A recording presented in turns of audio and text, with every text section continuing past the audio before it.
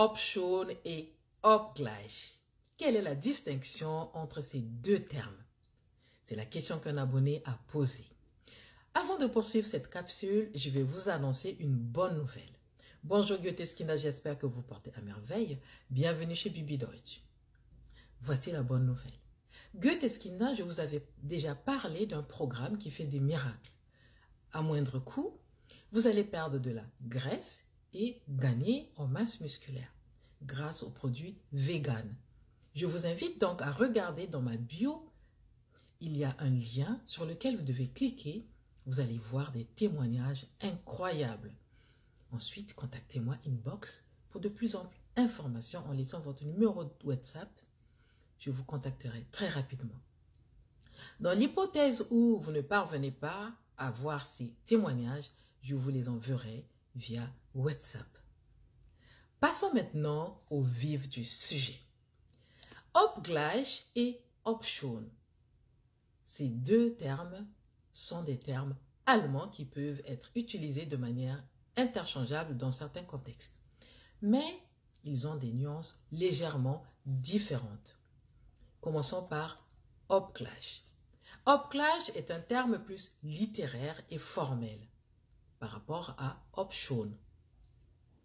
Il est souvent utilisé dans un style plus soutenu ou dans la littérature.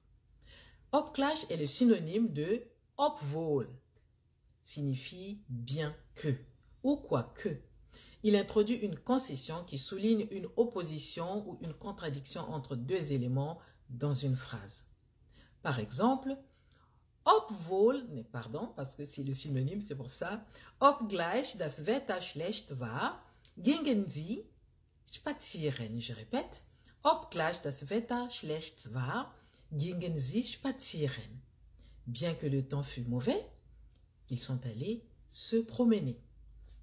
Passons maintenant à Option. Option est un terme plus courant, utilisé dans la langue parlée et écrite de manière informelle. Il a le même sens que Obgleich, donc ça veut dire obwohl aussi. Signifie également bien que ou quoique. Cependant, il est perçu comme légèrement moins formel que Obgleich. Par exemple, obschon sie wenig Zeit hatte, half sie trotzdem.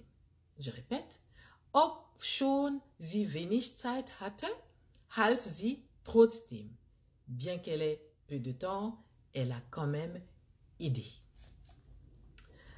En résumé, la principale disparité entre Obgleich et Option réside dans leur niveau de formalité.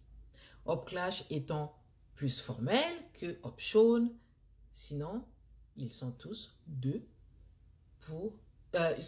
utilisés pour introduire une concession dans une phrase.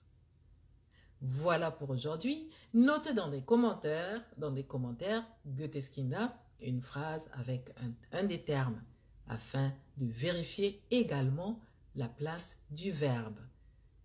Voilà pour aujourd'hui. Osez apprendre l'allemand. Bis bald!